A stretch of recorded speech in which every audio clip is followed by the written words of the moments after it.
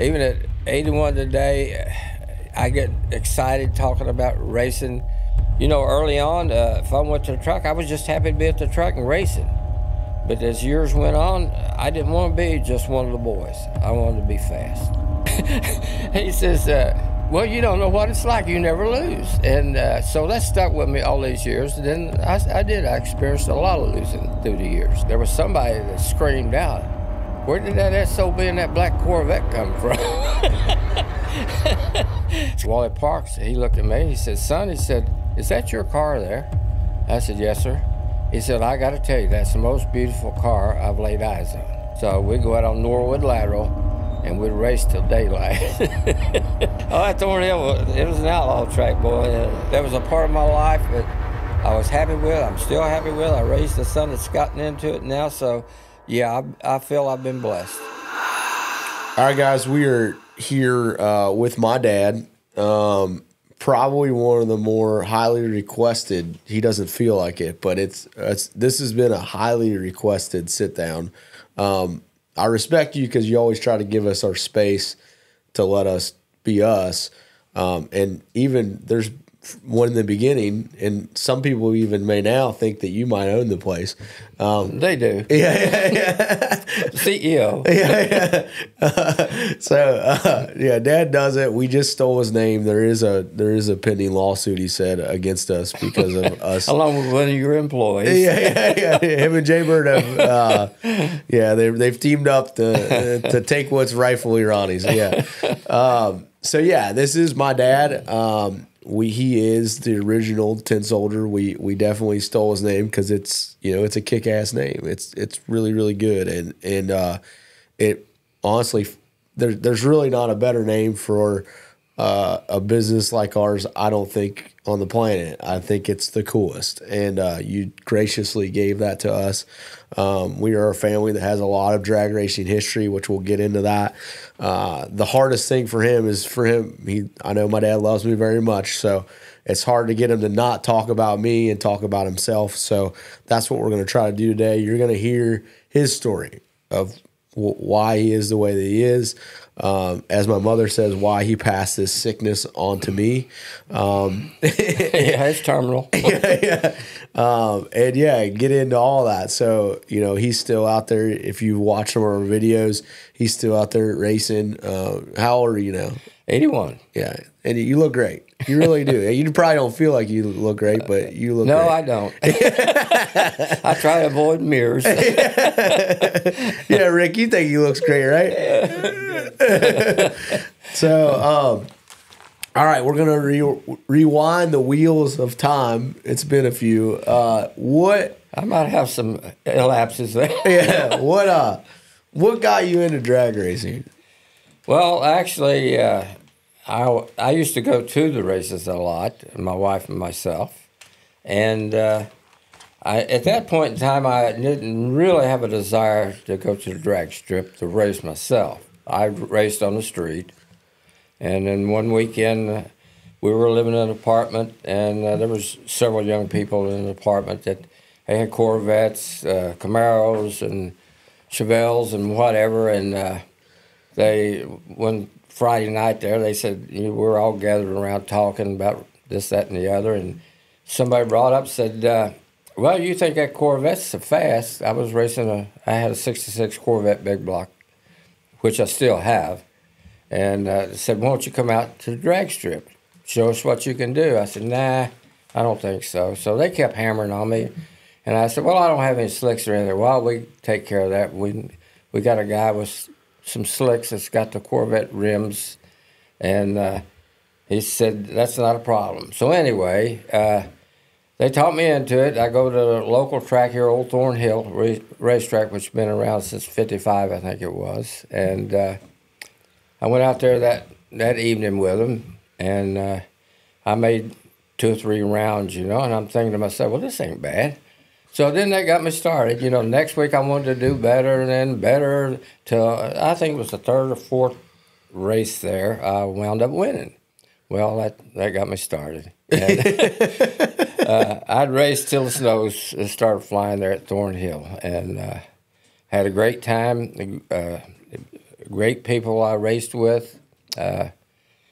We just had a good time. It wasn't just about the racing, but it was about the people also. I really enjoyed the people, and we could talk about anything and everything.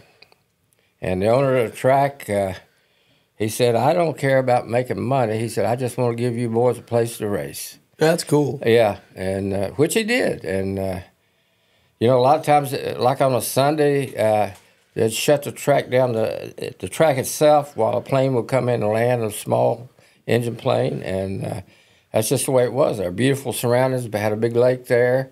So, yeah, it was a good deal for me. Well, and Thornhill's still racing. So. They're still there. And matter of fact, my son Jason's raced there, which I've been out there since, and not with my car, but watching my son Jason. And it brought back a lot of memories. Yeah, the trophies that you see behind you that are sitting behind my dad, those are actually original. Just a few of them. Yeah. So I got it, and I love this story. You're not going to want to tell it, but I think it's great. And I actually didn't believe it. Really, until I don't lie all the time, Jimmy. Yeah. Well, until an older gentleman came in the shop and told me the same story, basically verbatim. I'm like, well, I guess the old man wasn't lying. This time, yeah. So you won so much out there. What did they do to you? Well, this one particular time, it was toward the end of the season. It was fall of the year, and they had a big fire going in the fireplace inside. And so I go in to get my money and my trophy, and there were several of the racers gathered together, and there was one spokesman there, and he said, Ronnie, can you come over here for a minute? I said, yeah, Preston, what's the deal, bud? He said, well, we've all decided to get together and just mail you the money. You can just stay home. First round money, and we'll run for second round. I said, well, now that's a heck of a note, President. He says, well, you don't know what it's like. You never lose. And so that stuck with me all these years. And then I experienced a lot of losing through the years. And that always came back to me, what he said. You can feel differently if you're a winner. It's true. Yeah, it's very true. And not that I sympathized with him, but...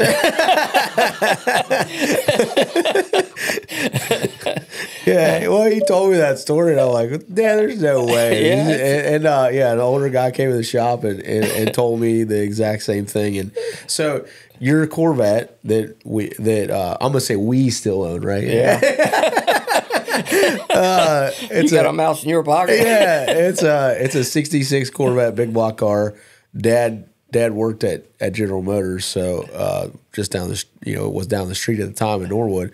And actually, just to give you a quick history lesson, our shirt and our slogan that everyone loves so much, the "Built in Kentucky by Hillbillies," that's another thing that I stole from. Originated there. Yeah. Yeah. So what can you tell them about the bumper sticker? It was a bumper sticker, right? Yeah, it was a bumper sticker, and like my son said. We'd stick them on the bumpers, and that was the logo, built in Norwood by Hillbillies. And we took pride in that. So basically, like most of the plant was made up of people that were from Kentucky. So yeah, because we're easy to train. We're Hillbillies can do anything. Yeah. So back then, when you were racing the Corvette, how fast did it go? And you raced, to give people perspective, back then they raced stock and super stock. You would go on a Friday night, Saturday night, whatever, and they would have stock and super stock. Right. And you didn't dial back then. You ran off the class record. Right. And which most of the time was established in California at that time. And NHRA was losing a lot of racers based on that. So they wanted to come up with a system where they could pull as many racers in as possible. So then they went to the index system. Yeah, which you didn't like. No, still don't. So what did the Corvette run back then? Back then, 980s was its best time, and that was on 7-inch slicks. And it ran 130 mile an hour. It was a good car. It was consistent. It surprised a lot of other racers that would come to that track. It was known as that black Corvette. That's all people. They go 980s or 1080s? 1080s. I said 980s. Yeah, I was like, I was like thinking you were giving it more credit. Yeah, well, I was wrong on the number. He corrected me, but yeah, 980s. For the longest, I was in 11.0s, but I kept working on it. I was running those old Kessler slicks, M&H's and whatever. And so one of the racers one night, they said, Ron said, won't you put some wrinkle walls on it? He said, you'll go faster. I was in the 11.0 range at that time. He said, you'll go faster with them wrinkle walls. He said, I guarantee you. He said, I'll loan you mine, which he did. And sure enough, the car responded to it and went faster. So that's when it went into the 10s. Yeah, that's when it went in the 10s, which back then on 7-inch slicks, that's a pretty good number. Yeah, 1080s on. Yeah. And that was big block, single carburetor. Yeah. A 780 carburetor on it. So when you had the Corvette, you just raced at Thornhill and then you would go to Edgewater too? Occasionally, I'd go to Edgewater. You didn't like to cross the river? Yeah. But, Thornhill, with all its faults, it was still, it was a good track. It was a fun track. It had scales. It had gas, air, everything a racer might need as the day or night went on, which was, in some respects, was better than the NHRA track. Yeah. And but at Edgewater, if you raced there on a Saturday or a Sunday, it was so popular over there. It was standing room only on a Saturday night there along the fence. The bleachers would be full, and I raced against a lot of good cars with that Corvette. Chevelles and Camaros were really popular back in those days, and most of them ran good, and most of them ran in the modified class. So when I went over there, I was going to run A or B sports at that time with that Corvette.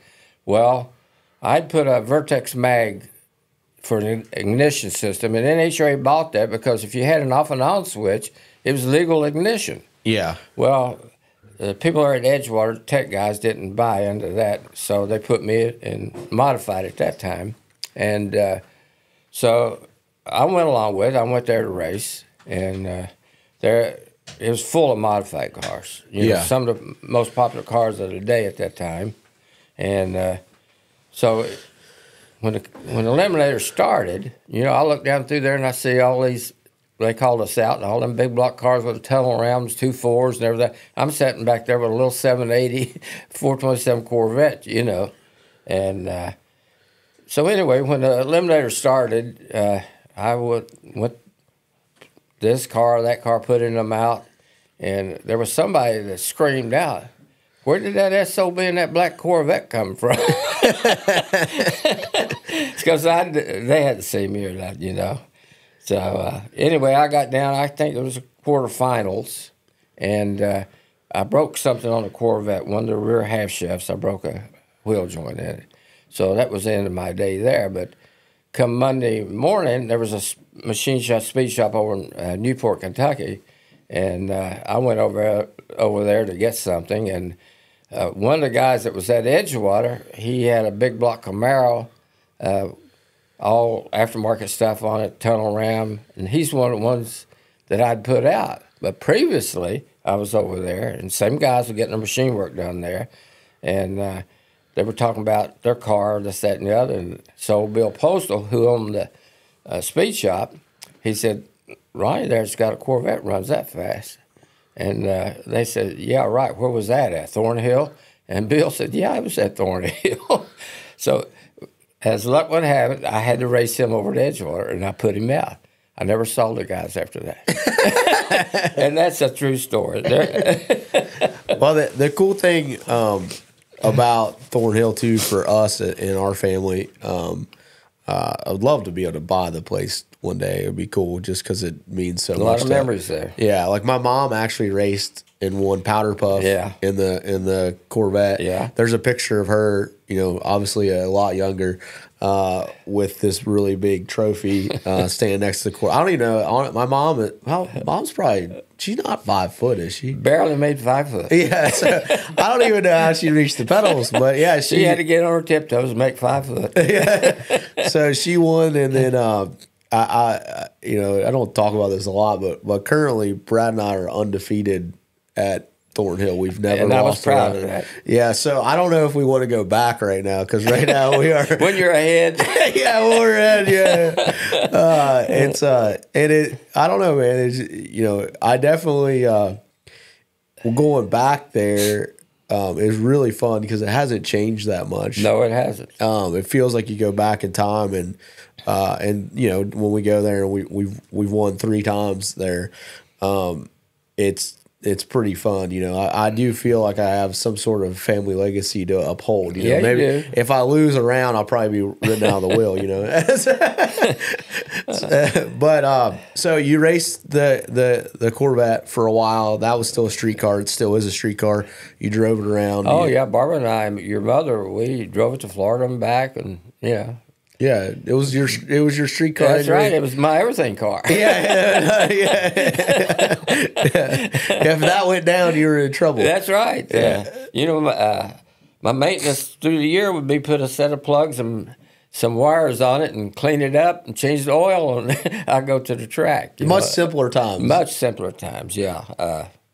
And there was a big enough area behind the seats on that Corvette, I could put 2 slicks back there. Yeah. So I'd wait till I got to the track and then put the slicks on. It surprisingly has a lot of room in it, really. It is. Yeah, I think you've sat back there before. Yeah, we took the girls. Yeah. But yeah, it's cool. And in that car, it's so cool that you're the original owner of it. When I was a kid, I would, without him knowing, when he'd be at work, I would pull the car cover back on it, and I would sit in it and act like I was driving. I did that till I was about 16. But well, that's the way your daughter. She did the same thing. She got in there. She's got a hold of the wheel and the shifter. So it's very much a family heirloom. It's cool that it's a big block Corvette and all those things, but it's very much it's our Corvette, which is it's a cool. Family deal. Yeah, family deal. So you raced the Vet, and then you decided that you wanted to get a little more serious about it. So did you actively start looking for another car, or how did that No, work? actually, I was satisfied where I was at the time with that Corvette, and I found out about this '69 COPO that was might be for sale. It wasn't for certain. It had a busted rear end in it, and running rough, bad, popping and cracking, and so I was told that Butch, who was a friend of mine at the time, and I got with him, and he said, put it in his name at that time, okay? And which we did. So anyway, after he destroyed everything on it, he said, okay, Ron, it's your turn. I said, okay, Butch. So anyway, I hadn't seen it for a while because he had it at his house. He lived over on Duck Creek, away from Norwood there. And I went over there, and we're walking around looking at the car, and it was garnet red. Okay, that's the way it was ordered, garnet red. And so I'm looking at the engine, and I could see there was plug wires. A couple of them was crossed, And so we're humming around, and you could tell Butch then was starting to get a little serious, because I wasn't saying that, I'm basically looking. Yeah. And I said, well, Butch, I said, what's my share? What do you want my share for that car? So he's rubbing his chin here and thinking, he says, would you give me $1,200? I busted my back pocket out getting the money because it was a COPO. Yeah. 427 COPO. And and if you don't know what that is, it's a pretty rare car. Real rare. Yeah. It has basically big engine, no other options. It's a cheap body. Yeah. The COPO meant Central Office Production Order. And General Motors really wasn't in favor of the car. Some of the engineers is the one that finally got it where General Motors accepted, well, we'll try it, send it to the dealers. Well, some of the dealers couldn't even sell them because they were, at that time, the public thought they were overpriced. They didn't want a performance car, this, that, and the other. Some of the dealerships, they made the car famous, actually, like Nicky Chevrolet up in Chicago and around. And, well, anyway, the car didn't mean that much to me, other than the fact it was a Camaro. It had a big motor. It had a big motor in it, 4-speed at the time, and so I was having issues with a Corvette. Like, it was independent rear suspension, and I had a bad accident one night at Thornhill. Some of the cars that went down in front of me, and it was already nighttime, and the fog was moving in, and in the center of the two separate tracks there, they got gravel up on the surface. So when I pulled the car back at fourth gear, I was spotting this other guy. It was actually Jake that works for us. Yeah. It was his grandpa. Yeah. And so anyway, when I hit fourth gear, one tire was in the gravel, one wasn't. I hit the center of the two tracks, and the track had a big piece of anvil at the end of the track where the light was at, protecting the light, and I hit that, and it was like a ski jump. I went sailing through the air with this thing, and when I landed, it came around sideways, and it was tilted up so much that I had to put my right arm over in the passenger seat to hold myself up. And I'm sliding down through there, and I'm thinking to myself, I hope this thing doesn't roll. Yeah. Now, I wasn't thinking about the car. I was thinking about me. Yeah, because you had a lap belt on. Yeah, that's all I had was a lap belt. Did you have a helmet on? I don't think I had a helmet back in those days. So that's what men were men. Oh, that was it, man. And, so you're running 1080s. Yeah. And I will stress this. Even to this day, at the big end of the racetrack at Thornhill, you can't see anything. Oh, It no. is so dark. No. And because it's in the middle of nowhere. And you had fog in it. Yeah, so I can't imagine how dark it was back then. like I go, we only run 8th, and man, my chute's out, everything. I got my brights on, and I still can't see nothing. So I can't imagine the feeling about to roll that thing with at a lap belt. 130 mile an hour, Yeah, with hit a lap that ski belt. jump down there. So that got you thinking, man, I should maybe be a little more safe about this. Well, that's good. Yeah, I did. And that evening, that shut down the track because I cleaned out the whole system. He took it all out. Yeah, it took the oil pan off the car, the headers, and there was a big flash when it ripped the oil pan off from the hot oil.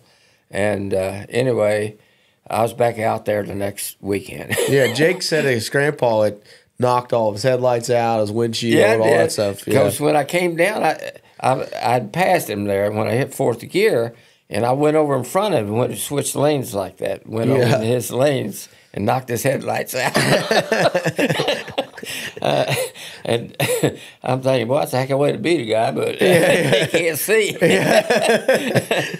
So you go and you buy Bought the COPO. Bought the COPO for $1,200. You hated red. I hated it. So you took it immediately to a body shop. That's right. And they painted the car black. Right. And then you had Dauber came and striped it, right? I took the car to him down at Bill Rail's paint shop. So they had already, your other buddies had painted it black. The base coat was done, and then you took it to Bill Rail, or did Bill Rail paint it black? No, Bill Rail didn't paint it. The guys in Norwood painted the car solid black, with the exception the hood scoop, and they brought in some famous painter for motorcycles that did tanks and this, that, and the other, and he's one that laid out the paint scheme on the hood scoop, which was some kind of a purple. And when they got finished painting the car black, it was just, if you've seen a black car that's really shiny and clean when it's first done, that's the way the car looked. And so then I decided it needed a little something else, and I'd already come up with a name to put on the car at that time, because back in those days, we all named the race cars. And some of the guys at General Motors, at break time, we'd all get together, and they'd ask me, says, Ron, what are you going to name that car? I said, well, I don't know yet. I came up with one nuts and bolts or something like that. Yeah, that's a terrible. I'm glad terrible you did. name. I'm glad you didn't name it that. So what was the other options? Yeah, they threw some other names out there, Rough and Ready, and all that stuff. Rough and Ready. So and that could have been her name, Rick. Rough and Ready Race Cars. That could have been. Oh, Jason Statham dodged the bullet there. It's kind of like the Hot Pocket, you know? Not hot and ready. We're rough So and while ready. we're there talking all that, there's a song came on the radio, One Tin Soldier Rides Away, and I was sitting there thinking, well, you know, that's the way drag racing is. You go out and you do battle, and only one is the winner. And I said, that's a good name. And so from then on, it was known as the Tin Soldier. Took it this famous pinstriper, Dauber. Maybe some of you younger people have heard of him, but Daubers, I mean, he's Bill Rail well and known. Dauber back in the day were. Rail and Daubers getting cars shipped in from California and everywhere at that time. And so Dauber asked me, he said, Ron, what do you want me to put on there? And I told him, you know, what I wanted to name the car, and One Tin Soldier. And so anyway, he put like an abstract one on the car. It went from front to rear, and then he added the rest of the graphics in on it. And the colors, you know, at the time I didn't know if they'd work or not. He used crabapple yellow and green and stuff like that on that car. Well, long story short, he painted it, and I went up to Indianapolis to U.S. Nationals with the car and had it on an open trailer at that time. And we would be out on the circle track there to get teched in. At that time, that was a big deal. And I'm on the outside lane, and while, you know, it took forever all day time you got teched in. And so Wally Parks, he came down through there. Wally Parks, the president of NHRA, and he was in a 55 Chevrolet convertible, and he and his wife was sitting on the back up on the tonneau cover, and somebody else was driving the car, and they're coming down through there real slow, and they're looking at the cars and this, that, and the other. So I was standing outside by the trailer there, and he went on past me, and then they stopped about one or two cars up. They backed back up, and Wally Parks, he looked at me, and he said, son, he said, is that your car there? I said, yes, sir. He said, I got to tell you, that's the most beautiful car I've laid eyes on. The colors that was put on it, I mean, it just worked. Yeah. Everything worked. And that was a big compliment coming from Wally Parks for him. Yeah, I mean, he's the owner of NHRA, or president, or whatever you want to say it. Yeah. I mean, and back then I've watched a bunch of videos about the U.S. Nationals and what it was at the time. I mean, they said there was 100,000 people there. Oh, yeah. And the amount of cars that would come, and just, you know, everybody was coming from everywhere. You know, now you have so many events, everything's so spread out. Yeah, it is. I think back then there was only a few nationals, so, you know, people were hauling from everywhere to come to this one thing, which, you know, what a time to be alive and hot riding. It's the best of times for street machines, you know.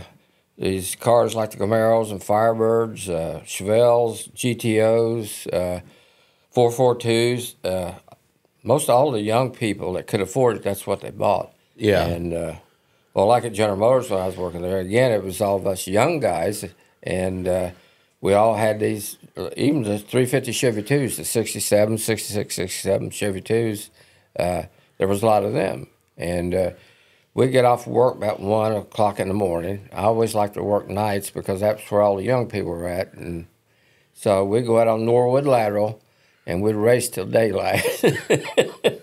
I bought a 65 GTO at the time. My dad dropped me off at the car lot, and I drove it to Norwood that night. And that's the only driving it had on it was from the lot to Norwood. And that evening, when we got off from work, or that morning actually, then we were all out on the lateral racing. You know, and back then, that's where I started racing the track, because that was 65 GTO. I bought it new, and then I decided I wanted a Corvette, and then I went to the Corvette. But the GTO, I never did have it at the racetrack. It was all street. Yeah, that's the car that Mom got her driver's license in. Yeah, that's the one she took her driver's test on, and I'm standing at the courthouse steps watching them come around through there, and there was a little grade before they got back to the courthouse. They had to pull up on that grade and stop and then take off. Well, this cop's sitting there with her, and he still had his cap on, you know, one of them round things, and he was a state police cop. And I'm looking down through there, and when she let on that clutch, I saw his head pop back. That came on. I'm thinking to myself, well, she ain't going to pass it. I think he passed her so he didn't have to do it again. I ain't riding around with that little lady anymore. That's funny. Yeah. So when you first got the Camaro done, you decided you wanted to race super stock, and it was still on leaf springs, and it was a 4-speed. Yeah, exactly. So you raced it like that for a few years. Yeah. And then you decided you wanted to tub it. And, Yeah. And you tubbed it, put ladder bars on. A local guy did that. Actually, Yeah. He stopped in the shop not too long ago. The guy that put Don Gwill. Yeah. He Nice guy. You couldn't beat Don Gwill. He was a good guy. And we'll get to more in depth, but I've seen the car, and he did a nice job. He did a real good job. I mean, it's top of the line for for then. Yeah. For those days. You know, it wasn't high tech like it is today. But the ladder bars for the weight of the car, you know, I raced it. It was 3,600 pounds with that big block. And it would run the 60s in the high 120s back then at 3,600 pounds. Yeah. So you got when you tubbed it, he did the work, and then you took it to Wayne County Speed Shop, and they did the setup. Yeah. They were still running pro stock at the time. And Wayne Sullivan at Wayne County, he's the one that tackled the 69. So anyway, when I got it back, and my first race was down at Gainesville, Gator Nationals. I took it down there. But prior to me getting there, a friend of mine that I raced with, went to races with, he had already gone down to Georgia, and from there went to the Gator Nationals. So he took it upon himself to give me a call and tell me I might as well stay home. I said, well, why is that, Jaws? He said, you ought to see how these cars are running, these big blocks down here running your class. And so old Thomas Cat from General Motors, remember him? Yeah. He said, let's go anyway. So, yeah, you guys back then, naming stuff was key. So you have Jaws and you have Thomas Cat. Yeah. What a crew. You know? Yeah, those were the days. And so anyway, Tom stayed all night with me. We got up the next morning, and we had a snow, and the car, it looked like an ice sculpture because I'd left it outside on the trailer so we'd get an early start. It was solid ice. So anyway, we left. By the time we got further down south, and it finally melted off. And so I made my first time run with the car when I got there. And so it was so smooth, and I made that run, and I thought, well, boy, that was a mistake. So old Jaws, he came running down on his three-wheeler at the time, and he's got a ticket in his hand, you know. And he says, what do you think that crate ran that time? I said, I know it wasn't very good. And he gave me a number it ran. I don't recall exactly now what it was, but I said, there ain't no way. And he said, would you buy me dinner tonight if I'm right? I said, I sure will. Well, he was right. So anyway, I was the fastest one down there, fastest one in that class. E and D was the fastest big blocks at that time. And if you didn't run a big block, you were nobody. Yeah. And so anyway, I had problems with the car. I had the oil pump pickup welded, and after I made my second or third pass, the pickup fell off the engine. Oh. And so it spun all the main bearings in particular. And so anyway, when I got back home, there was another speed shop up in New Jersey, Truby Kling. Those guys called me. And they said, we heard how fast your car is. He said, you're faster than the cars that we built. And they said, who helps you? I said, just my rear pocket, to my wallet, and he says, "Would you want some help?" I said, "Well, I'm not going to turn down any help." It'd be nice. I said, "It'd be nice. What do you got in mind?" So, man, they loaded me up with new pistons and camshafts, valve springs, everything related to that engine, and he shipped it to me. And at that time, they were one of the first ones to do it. They were taking the top ring on a big block, and they were running it all the way up to the top of the deck of the piston. And generally, they were like 90 to 100 thousandths down from the deck of the piston down. But in doing that, they had to offset the valve reliefs, and then they used an offset on the dowel pins to move the head. To get it to where they wanted it. Yeah, where they wanted it. So anyway, I took it to my local machine shop, all that stuff that Tribute Clean sent me, and it was Arnold Hines. Hines, he looked at that stuff. He said, "T-Berry," he nicknamed me T-Berry. He said, "You fall for the trick of the week." I said, "Really?" He said, "Yeah." I said, "That stuff ain't going to work." So anyway, Wayne, one of the guys that worked for him, said, "Ron, you got a standard bore block?" I said, "Sure do." He said, "Well, bring it down Sunday, and you and I will make the modifications." Yeah. Which we did, and that car ran faster than it ever ran. So then after that, old Hines, anybody had a big block, this was the hot setup. Everybody's getting it done. So out of that, Parsons and Myers, Garland, the father of that outfit, he was coming to Hines. Well, Hines, it was difficult to get a motor out with all his other shenanigans. You know, I'd have to go down there and babysit him and do a lot of work myself just to get a motor out. And Garland got fed up with it. And so he goes up to Dayton, that's where he lived, and he opened up his own machine shop, which is there now. Still to this day. Still to this day, yeah. Yeah, Parsons and Myers. Yeah. Yeah, and actually, the cool thing about Hines, like I actually met Arnold not too long ago. You guys are still friends, and thankfully Arnold's still on the planet. Yeah, I always loved Arnold. Oh, he's a character. Yeah. He when I met him, you didn't even have to tell me that was him. Yeah. I just from the stories I heard, I knew. I'm like, that is Arnold Hines. That's that guy. But the thing that stuck with me with Arnold is. Arnold has an amazing logo. His logo is really cool. It's at A. Hines, and it was always like red T-shirts. Yeah, red T-shirts, and it had this like it was all like flake, and just it's cool, man. Like it's a really cool looking logo. And you were talking about how recognizable his T-shirts were, and you always said like, man, that's times change. Yeah, they do. But some things do stay the same. And, the more T-shirts that you have out there, the better, And you always said that about Arnold, that he was great about getting... good promoter. He may have been bad at some other stuff, but he was great at promoting. That's right. In life, he wasn't the best, but... So that stuck with me. That's one of the things I'm so adamant about our logo, so adamant about T-shirts and stuff, because it's just... There's nothing better than, seeing people on the starting line. It's a cheap way to... run an ad. I mean, let's face it.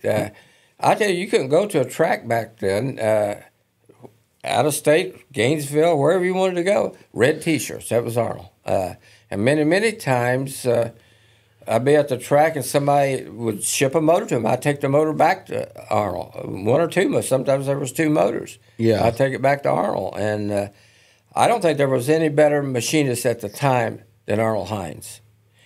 He started out with a machine shop in Hartwell, right out from Norwood, Ohio, and he worked for the guy. He was like 10% owner at the time, and so he learned his skills there in that machine shop. So then a few years down the road, Arnold decided to go out on his own, which he did, and he opened up a shop there in Lawrenceburg, Indiana. Yeah. And I went... at this particular time, I went up John Lingenfelder and had John build me a big block up there. And so anyway, John's going through that stuff I took up, and he's looking at it, and he said, "Who did this machine work?" And I told him, he said, "That's some of the best machine work," he said, "I've laid eyes on." He said, "That guy is good." And so that made me feel good, you know. Yeah. And well, back then too, so Arnold was doing your motors. Another local friend, Lloyd, which we're lucky we still got Lloyd. He's awesome. He very much reminds the two of us of Brad. absolutely. Lloyd is awesome, and back then he built all your transmissions. Yeah.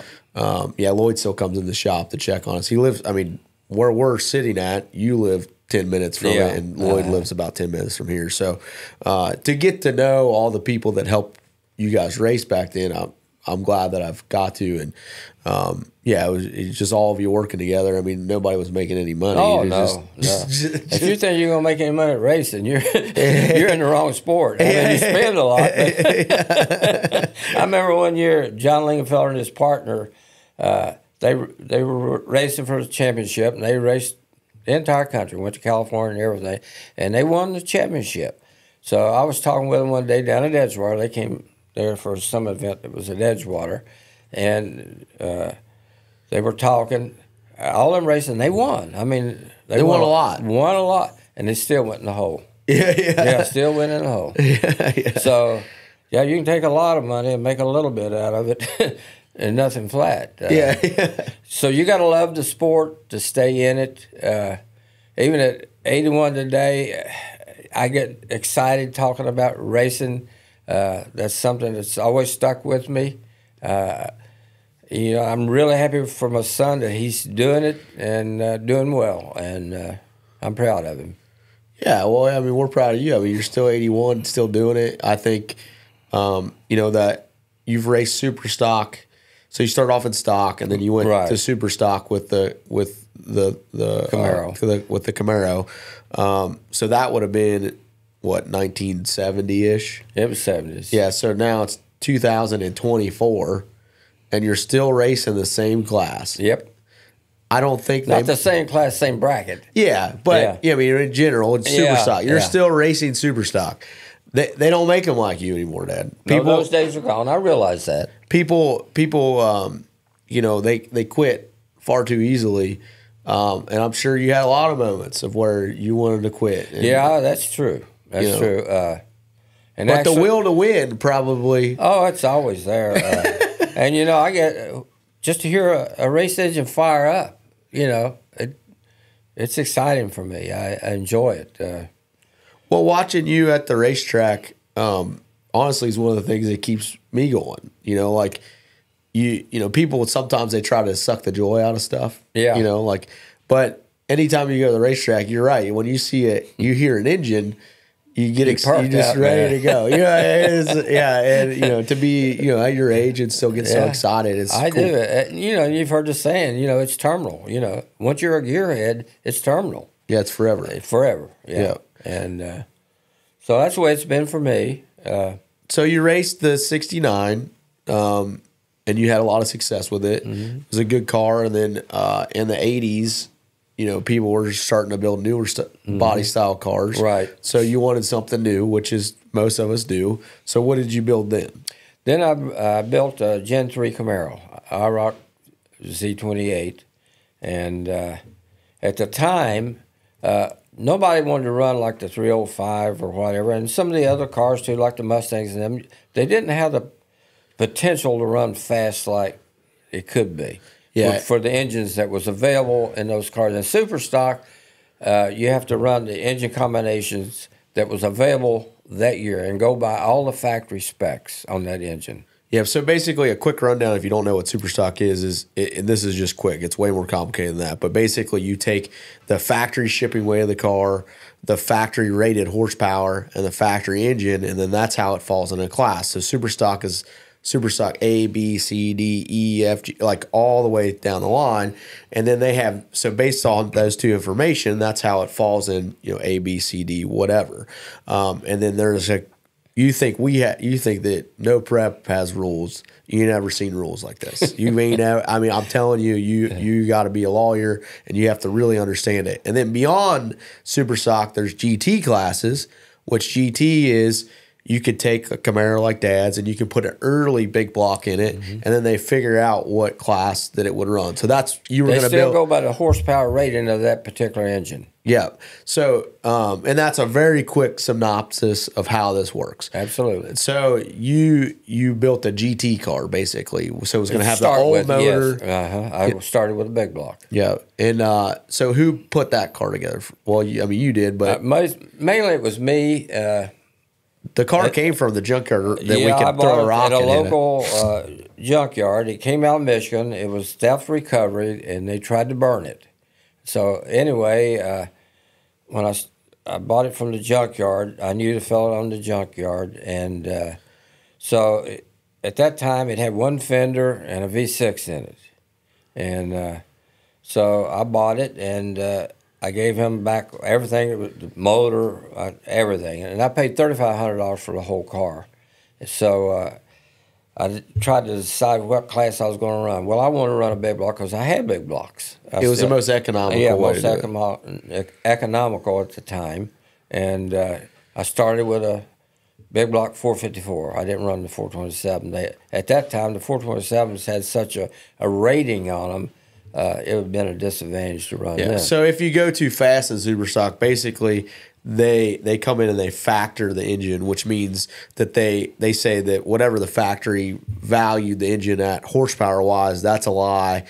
It actually makes this. Yeah. So basically, the faster that people push that specific combo, then weight gets added to that combo. It's no different than how we do. That's how they slow you down. Yeah, weight.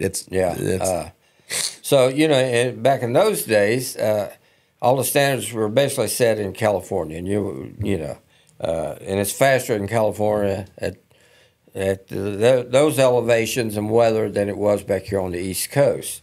So that's when they really started working on an index system to try to pull more cars in, and it worked to some degree because if you're not fast, you can still get in, Yeah. So basically, in Superstock, you qualify under how far under your specific index it is, but then once you qualify, he's going to hate that I say it like this, but it is a bracket race. It is. And but then sometimes we get to run heads up, which is at Indy. So then you would run the video you've seen of him when he wins is you're running all the J automatic cars or K, whatever class you're in, you run them and it's all heads up. Yeah. So you built the new car. You didn't actually have to get rid of the 69, but you did. Yeah, I was running out of room, and so this Chevrolet dealership, they'd been after me for a long time about selling them the car.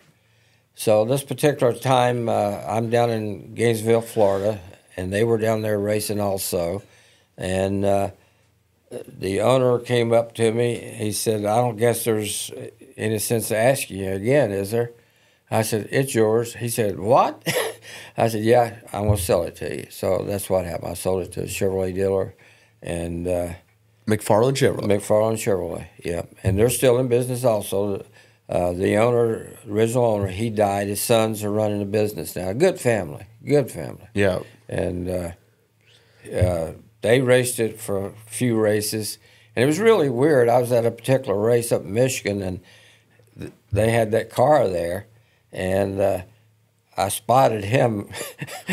He was driving the 69. Yeah, it was weird looking at my car out there in front of me. Yeah, he could have bought it, but it was still your car. Yeah. Yeah, that was weird. It's funny. So, so you built, one cool thing is, you built that car, you debuted it in what, 88, something like that? The Camaro, Gen 3, I think it was... No, I think it was 85 or 86, yes. Okay. So, and then you guys can't see it, but there's a jacket on this wall, and it's where he won the whole thing in Columbus, which was Father's Day weekend, and Mom was pregnant with me. Right. But you didn't know it. No, I didn't know it. I won and I won. Yeah. Doubleheader there. Yeah. Two for one. Yeah. So I was born in 89. And so the third gen Camaro is the car that I know. That's the car that we went racing with. And, Yeah, I started going when I was 2. Your first race with me, and you were 3 years old, and we were going down to Memphis, Tennessee, and I put you in your little car seat there, and down the road we went, and you talked all the way down there, so excited. And Brixton's very much... Yeah, just like, yeah, absolutely. So, but yeah, you travel, like, back in that time, so like the 90s to probably early 2000s, you raced a lot. Oh, yeah. Yeah. I couldn't wait to get to the track. Yeah, and we did it all together. We piled in the old dually, and it was fun. We traveled and got to see America, really. Yeah. And another funny thing is I actually really didn't like drag racing. You've said that before. Yeah, I thought I liked when we would go. I'm gonna pick on you a minute here. You're not the greatest bracket racer. You do well sometimes, but you're way better at making the car fast. Yeah, that's true. You're really, really good. So his third-gen Camaro that he has now, please go back and watch some of the videos of him racing. It's very impressive. It has a 305 cubic inch small block in it that has to have factory cylinder heads, just all these crazy rules. And what does it weigh, 3,100 pounds? 3,050 is the minimum. So and it runs 960s. So, but we would race heads up at Indy, and I loved racing heads up. I love that part. Me too. That's really, that's what I really liked about Indy. It was an opportunity to race against your competitors, heads up. None of that bracket racing spot and the handicapping that, no, I liked the heads up racing, and I liked it with the big blocks too. It was the same thing. But you can see NHRA's problem there with getting enough cars at the track. If you got a car and you're coming from the West Coast and you don't think you can compete, then you're not going to make that journey. And it's the same struggle as what we have today. Like, a lot of times people think these problems are new problems, but they're the same problems. Yeah, that's right. Because you have, you've always worked very, very hard to make your car fast. I mean, even to this day, at 81 years old, you go out in your shop pretty much every day, and you tinker on your race car. Yep. And, back when you were younger and I was younger, you were out in the garage every day looking for something, ordering something, trying to think through this thing and just keep making it better. In my lifetime, you've done it with the same car. I know, and really for a career as long as yours, to really only race 3 cars is pretty. Yeah, that's most people don't do it like that.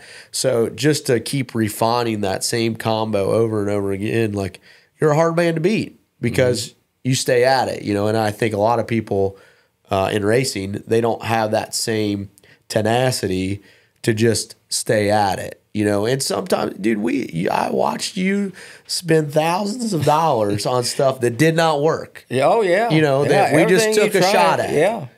And we had to pull it back off. It slowed the car down. You can't, I think a lot of times in racing now, people, when they spend big money, they expect big results. Yeah, expect big results. That's right. And it doesn't happen like that. Sometimes you could spend money the wrong way, and you got to be okay with that. I accepted it. You got to understand, we're setting money on fire. That's our mentality. Yeah, we set it on fire. It's just money.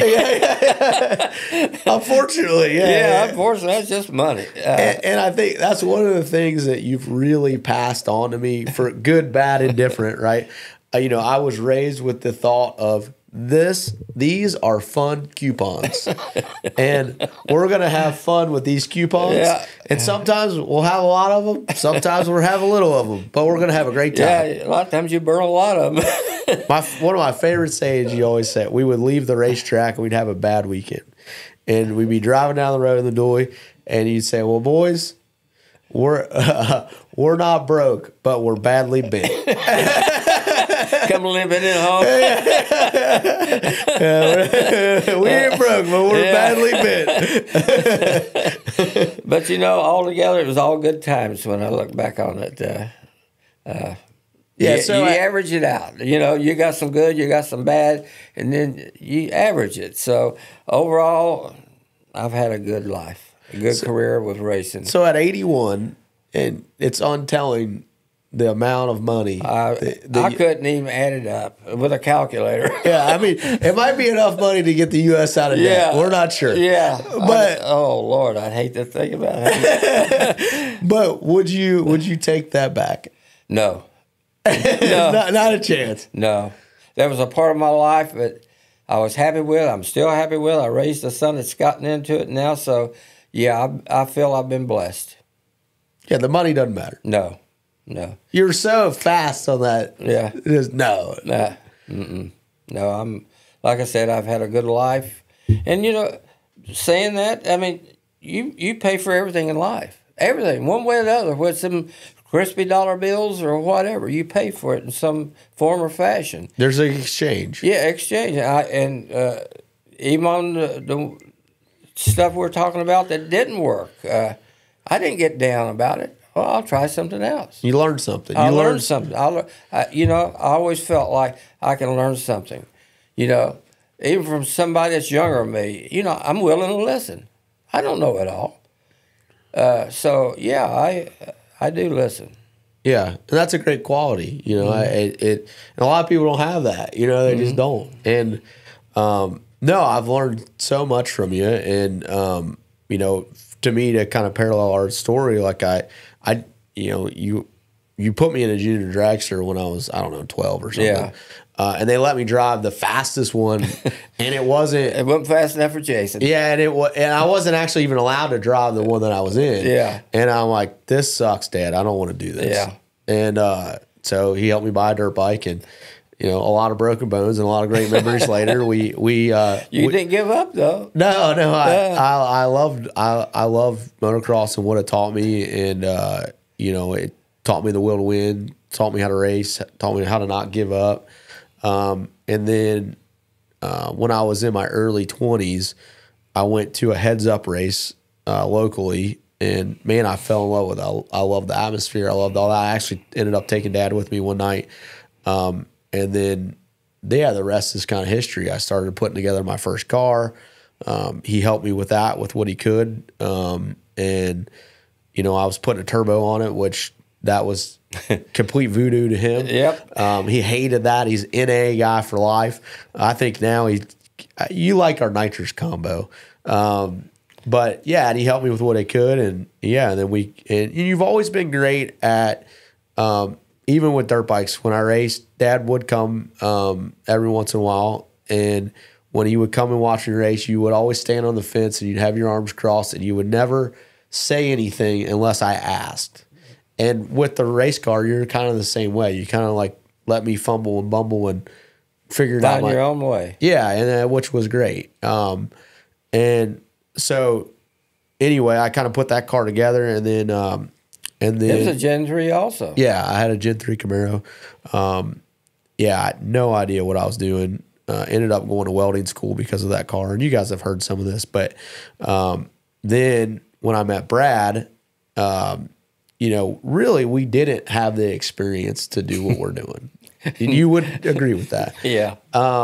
And at the time, right, we've learned so much, Fast learners. Yeah, something like that, or the grace of God. I don't really, I'd say it's more of that. But I enjoyed watching you grow and learn. To this day. And I wanted to tell a funny story. So I told Dad that Brad and I were going to go into business, and you were like, "That's a bad idea. You shouldn't do that." You're like, "That's a bad idea." And then I asked him if we could use the name, right? And of course he said that was fine. Just I think I don't know exactly how that conversation went, but it probably went something to the lines of, you can use the name but don't suck. So we took that really serious. We moved into our first shop, and Dad helped us move in, and he graciously donated this 20-year-old air compressor. And because we didn't have any money. And we're moving the stuff in, and Dad's helping, and the landlord comes over, and what did he ask you? He said, "Are you going to pay the bill if they can't?" Because he didn't have any confidence in you guys. Yeah, not really. Anybody did. Yeah. These guys are idiots. Because the first shop wasn't a whole lot to look at. And I was always fearful of the fact that if somebody tried to back a trailer in there, then it would go all the way through the building. Yeah, well, which will almost happen. Yeah. Yeah, it almost happened a few times. That was a steep driveway, and it went right into the building that they were in. And it's no room.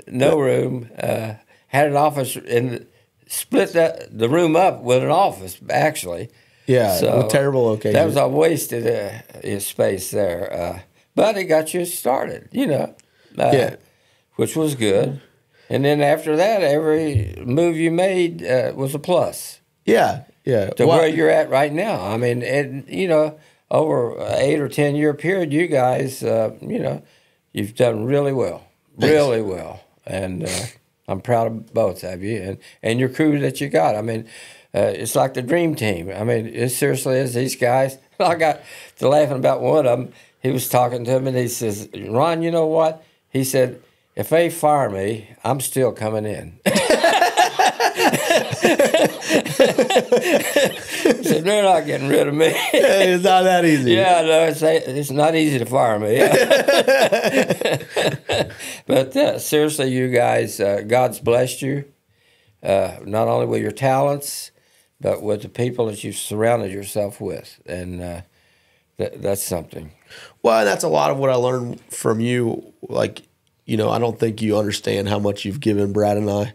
I really feel like, I joke about it, but I say Brad's your favorite son. You really have adopted Brad, right? And you get each other. Which some of my favorite times that we've had together is when we first started racing.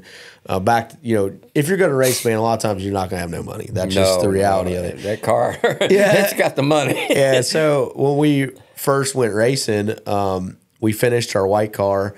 And we were finishing that car up, and you had another conversation with me, and you said, "Are you sure you want to do this?" And I'm like, "Well, yeah, I want to go racing." And he's like, "Don't suck, because if you suck, that's going to be the biggest detriment to what you're trying to do." Yeah. And we took it to heart, and we didn't suck. No, you didn't. And you guys to this day gets a lot of respect. So we went to Georgia. We built this car. We built a car, and we didn't even own a trailer. So like 2 weeks before Georgia, they actually let us buy a trailer on credit, which I don't know why they did. And we needed a way to pull it down there. So you let us use your motorhome.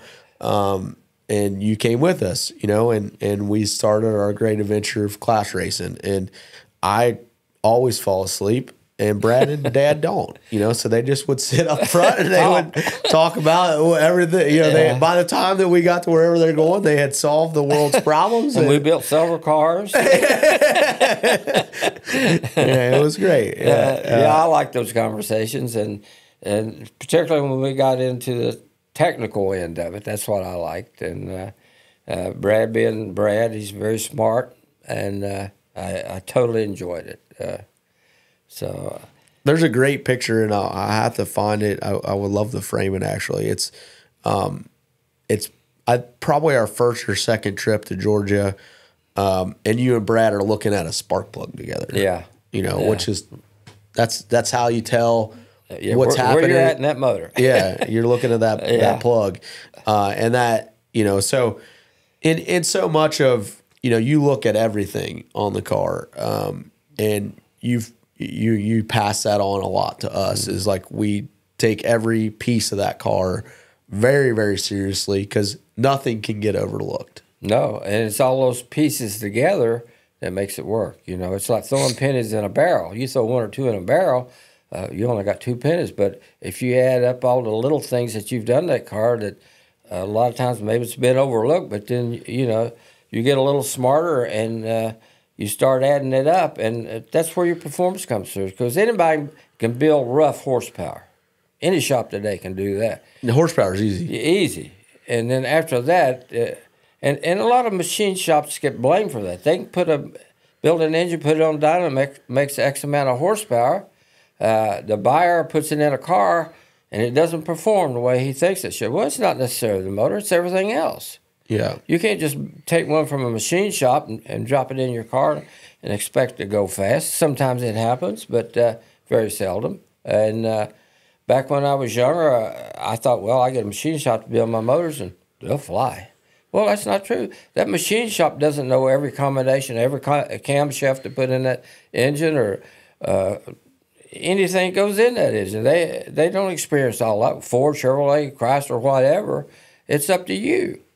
And if you can't do that, then you're not going to be one of the top dogs. There's just no way. Yeah, it always comes back to you. It always comes back to the guy that's owns the car or whatever. And it's not easy all the time by any means. And through the years, I've had a lot of help. I haven't done it all by myself. And I appreciate those times and the people that has helped me. Jason talked about Lloyd McGlasson there a while ago. He was a big help to me. Lloyd's like Brad. He's very smart, very talented, and he dedicated so many hours free of charge. And I look back on it, and I really appreciate those times. I enjoyed being with Lloyd.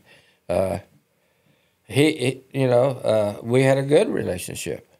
To this day. Yeah, still have, yeah. Still do. And he's still fascinated with me at my age to be able to get out there and do it. He said, I don't know how you do it. Because he's about 5 years younger than me, I think. He said, I don't know how you do it. Well, and I think, too, to look at all your friends and stuff that you have now, the people that you're still in contact with, basically they're all from racing. Yeah. That's through the years, that was basically my social life. I recall one old racer, he's been doing it as long as I have or close to it, and we were down at Gainesville racing, and it was some downtime, and several racers all get together, bull crap until it's time to race again, and one of the other guys asked him, said, Jimmy said, when are you going to retire from this? And Jimmy sat there and he thought for momentarily, and he said, you know what? He said, I've thought about that. He said, but then what would I do? And that's where you're at. Yeah, that's a simple answer that you can give. Yeah. You don't want it to end. Like I said, the desire will always be there. Always be there. So for a young person that's getting into this sport, what's your advice? Well, my advice would be to go at it. Number one, you have to have a plan. What am I going to do with this car? And go from there. You start forming a plan. Exactly what I want to do with it. What kind of power do I want to make with this particular car? How long do I want to be in it?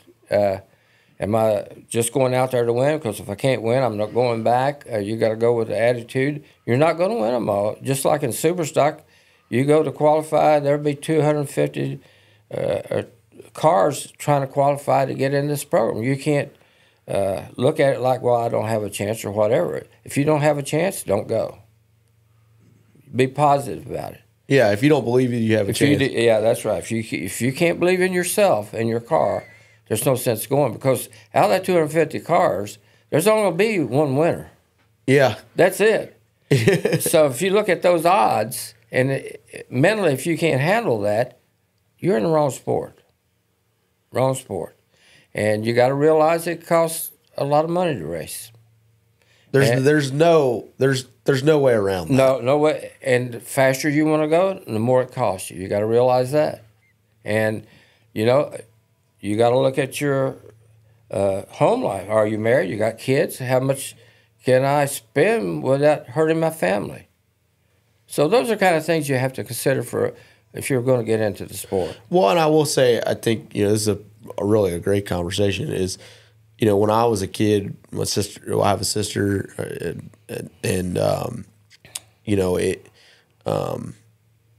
we never, you always put us first. Like Absolutely. it wasn't like, you owned, actually what's really cool, the road that we were on Petersburg Road. Mm-hmm. You owned a Napa store on Petersburg Road. So we could walk to there if we really wanted to, which is just kind of weird that it worked out like that. But yeah, I remember you had a brake machine, mm-hmm. and you would turn rotors after hours for cash. Yeah, turn flywheels, whatever, turn a buck. It was all on my time. I didn't take it away from the company. It was after hours, like you said, and I never ever wanted to take anything away from the family at all. They came first. Yeah. And I think that way even today. I'm a little tighter than I used to be. Well, you joke all the time money. you're on a fixed income. Yeah, I'm on a fixed income. As I tell Jason all the time, he said, well, Dad, go out there in the backyard and dig up some of that money. So I know it's out there. Yeah, he said he's running out of jars, though. Yeah, I'm running out of jars, that's for sure.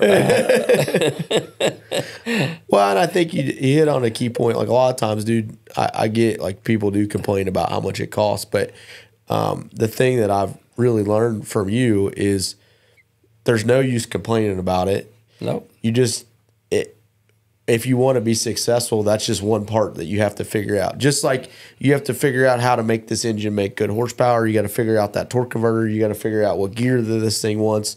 You got to figure out how you're going to fund it. It's a total car. It's not one area like the engine.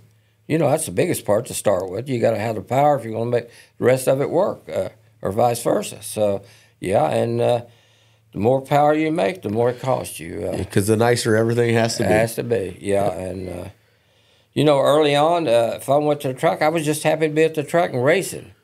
But as years went on, I didn't want to be just one of the boys. I wanted to be fast.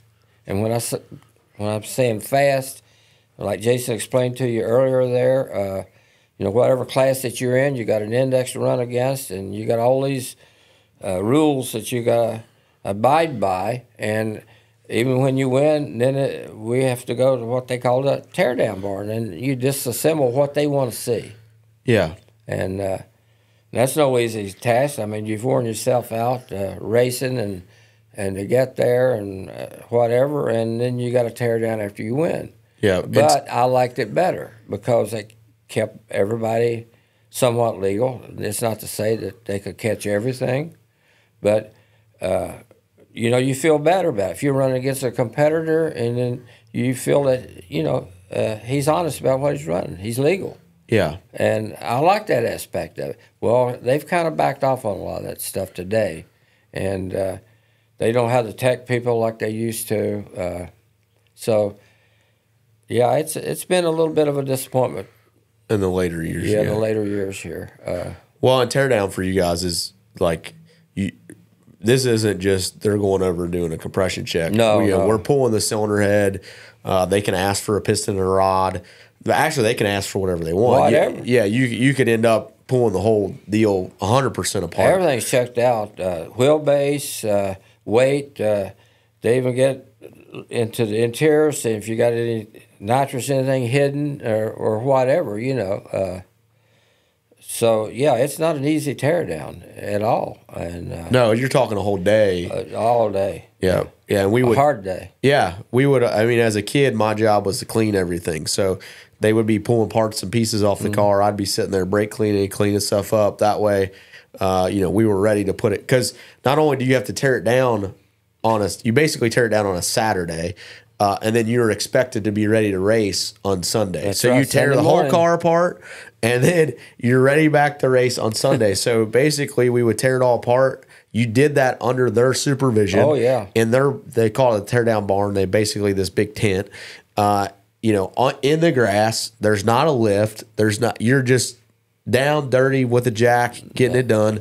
And then after they tore it down and they inspected everything, they would let you take your pile of parts and you would go back to your trailer and we would put it back together in the trailer. Don't let the door hit you in the butt, boys. Yeah. And the cool thing, what they did, the other thing, just so you guys can understand how serious it is, when you go through tech, they mark all the bolts with a specific type of silicone so that way, if you win, or if sometimes the ultimate slap in the nuts was when you didn't win, and then they would still want to tear it. Yeah, that happened a lot. And then, when you went to tear down, they would verify that you've taken nothing off that engine, that it's the way that it was when you went through tech. So, I'm just saying all this to say this, boys. We got it easy. This isn't it's crazy the hoops that they, I couldn't imagine going up to the winter. Like, we were just at Small Tire Gangsters this weekend in Texas. And after you won, being like, all right, bud, that car is a teardown, and we're going to check everything. Dude, that people will go nuts. I can imagine. Yeah. But, you know, you feel better about it. If you win and you know these guys are all legal, it makes you feel good, no doubt. You know, I've seen some discrepancy through the years from racers, but I never ever said anything. I felt like if the tech people don't catch it, so be it. Yeah. I remember one of these old-time racers, Bill Jenkins. I'm sure some of you younger people have heard of Bill Jenkins. He was famous for running General Motors products, and he wrote a couple different books about performance and this, that, and the other, and he was talking about what Jason was saying there about tear down, this, that, and the other, and they asked Jenkins about it, and he said, well, the way I look at it, if I'm cheating on a dozen different things and they only find 6, I'm 6 ahead. And that was his philosophy. It's their job to check me. It's my job to cheat. Cheat them, yeah. That's funny. Yeah. Old Bill, he was a character. Well, do you got any closing thoughts or statements? Well, if I was to close right now, well, not your life, just this. Like I said earlier, I've had a good life. I've enjoyed racing, and now I'm enjoying it even more with my son. He's in a business, and it's like a pat on the back for me because, you know, he's far exceeded what I ever did, far exceeded it. And I'm probably more proud of him than anything I've ever done, although I've enjoyed the life. And that's the way you want it to be. You know, you want your son or whatever to exceed far and above what you've done. And I'm happy with that. So if I don't race anymore, I'm at where I'm at right now, and I'm happy with the situation. Yeah, You said something the night that we won at Thornhill. You said something that will stick with me for the rest of my life. You said when I was on the starting line and you were going down, it felt like I was pushing the gas. Yeah, it did. Yeah, and now I really understand that with Brixton. Yeah, I'm sure you do. He's a character. That boy talking to dad. Yeah, he's a cute little guy, man. And he'll come in, where's Paul's? That's the way he says, where's Paul's? And they watch race cars together. Yeah, so let's watch some race cars, Paul's. I said, okay, bud. Yeah, unfortunately, it looks like we might have passed it to him. Yeah, he's eat up with it. Yeah, he's eat up with it, and I get the biggest charge out of him just watching him. He likes motorcycles too, just like you. I mean, so yeah. And boy, he's a good-looking kid. I can only imagine when he gets a little older, you're going to have to put a lock on the front door. Them women are going to be beating it down. Well, hopefully you got some jars of money left. Yeah, because I might have a few left here and there. Because that kid's going to be expensive. I didn't mark on a map or anything where I put all that. So I'll have to dig up my whole yard. Yeah, that's all right, man. Rewards might be worth it, though. Rick, you got any closing thoughts? Anything you like? No, I enjoyed this. It was good. I think we'll have to do it with him again. Yeah. There's so many. Part 2, 3, 4. Oh, there's a lot more stories. A lot of stories. There's a lot of more stories. We just hit some of the highlights. You know, after as many years I've been doing it, there's lots of stories. Yeah. And they're not always good. Not always funny, but yeah, overall, like I said, when you average it out, it was good. Yeah, it's worth setting all that money on fire. Oh, yeah, that's true. Well, we appreciate you guys watching. Thanks for coming and hanging out with us. Please drop any questions that you have for my dad under there. Like I said, I think we should definitely have him on again. And I hope that you guys learned something about him, about drag racing, about an outlook on life. I think there's a lot of different things that we touched today. You know, and I know that I'm lucky to have you, right? Like some people don't have, you know, I get it. If you have hard personal life and stuff, I'm lucky, I'm blessed to have you as a dad. And thanks for letting us steal your name. This is all just so that I can fend him off from the lawsuit. You know what I mean? That way it's on camera that I complimented him. That way when he goes to his attorney, say, remember that? And you've always taught me to laugh and joke. We got to keep. There's humor in everything. Yeah, there's humor in everything, and you're allowed to say that because you're 81 years old. You can get away with saying a lot now. You know that, right? Oh, absolutely. Yeah, I can smart off somebody, and I don't have any fear about them slapping me down. That's an old man talking. Yeah, you gotta slap an old man. Yeah. And I generally put my glasses on.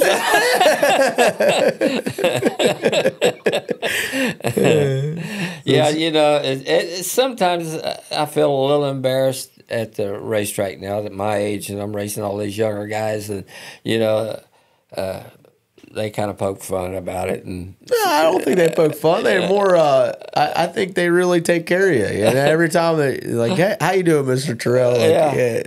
I think they. I think the general consensus is they're very happy that you're there. Well, people have said it to me that you're my inspiration. They'd say these younger guys I'm talking about, and those Emmons boys. There's 5 of them. Yeah, they love you. Yeah, and several of them are twins. I don't know how many of them are actual twins. There's a bunch of the same over there. Yeah, I said, as long as you're around, I said, you are, not only us, they said, most of the racers out there, you're their inspiration that you can still get out here and do this. Well, it gives us hope, that's right, for them. And, because they're out there spending money too. And, they're thinking, am I just throwing this money away, or is there a chance for me? Stuff like that. And I understand it. Yeah. But back when I was younger, first getting started, I was happy just to go to the racetrack with a car. I missed out on a lot of winning because of that. I was there to have a good time. We'd drink beer and, just have a good time. Was your lap belt no helmet? That's right. Who needs that stuff? That Thornhill, it was an outlaw track, boy. The guys, I remember this one time, these 4 guys, they'd lost, and they come backwards on the track, and they get out in front of the tower and shoot up in there with their pistols. They had one in the car. They told them, said, we're not finished yet. Yeah, you are. You lost, fool. Get out of here. That's funny. But it was good there. It was a good start and still a lot of memories. Well, maybe they'll let us buy the place, Dad. Yeah, that'd be good. Yeah. I tell you, I think it could be a good deal. With the grounds that's there, the property, and I don't think that you can go from here to California and find somebody that hadn't heard of Thornhill. Yeah. It's one of those deals. Yeah, it's old. Yeah. But, well, thanks for hanging out with us. I have enjoyed it, boys. I got a little off my chest. I had a few laughs. And it's been good. Good. I enjoyed it too. Well, yeah, please drop your questions. Share this, right? Like, I think that, and this is for unselfish reasons why I'm telling you to share it. I think that anyone that's young that's in racing, and anyone that is trying to figure out what racing is going to do for them, how it's going to be, this is a glimpse into your future, right? So share it. It's a great perspective. Well, hopefully I didn't bore everybody with my short stories. But I enjoyed bringing them up. Reliving the past, that's been fun. And especially sitting here with my son, that's the topper. Yeah, it's good. So, well, we appreciate you guys. Thanks for watching, and we'll see you next time.